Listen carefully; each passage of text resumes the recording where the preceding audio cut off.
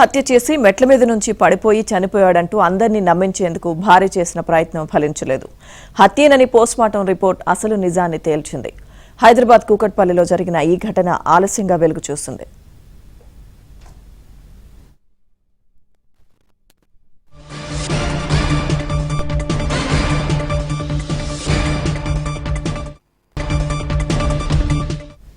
ఏపీలోని కృష్ణా జిల్లాకు చెందిన జగవర్పు సుధీర్ రెడ్డి, జగవర్పు బ్రహ్మజ్ఞాన ప్రసన్న భార్యాభర్తలు. వీరికి 16, 13 ఏళ్ల వయసున్న 2 కుమారులున్నారు. ఉపాధి కోసం సుధీర్ రెడ్డి భార్య పిల్లలతో కలిసి హైదరాబాద్ వచ్చాడు. అయితే ఇటీవల భార్యాభర్తలకు ఒకరిపై మరొకరికి అనుమానం ఏర్పడింది. కొన్నాళ్లుగా సుధీర్ రోజు మద్యం తాగి ఇంటికొచ్చి ప్రసన్నను మానసికంగా, శారీరకంగా వేధిస్తున్నాడు.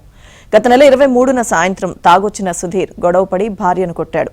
కోపం పట్టలేక ప్రసన్న అతన్ని తిరిగి కొట్టింది. ఇద్దరి మధ్య పెనుగులాట జరిగింది.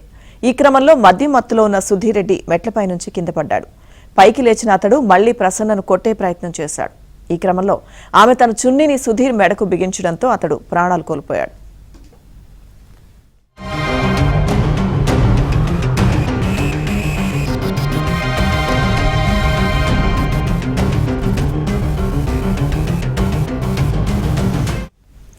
సుధీర్ చనిపోయాక ప్రసన్న డయల్ 100కు ఫోన్ చేసి మద్యం మత్తులో భర్త మెట్లపై నుంచి కింద పడి ప్రాణాలు కోల్పోయాడంటూ పోలీసులకు చెప్పింది.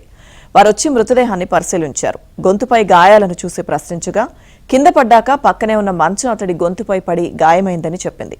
కేసు నమోదు చేసిన పోలీసులు మృతదేహాన్ని పోస్ట్మార్టానికి తరలించారు. 28 రోజుల తర్వాత పోస్ట్మార్టం రిపోర్ట్ బయటకొచ్చింది. గొంతుపై తాడు లాంటిది బలంగా బిగించడంతోనే సుధీర్ మృతి చెందినట్లు నివేదికలో వెల్లడైంది.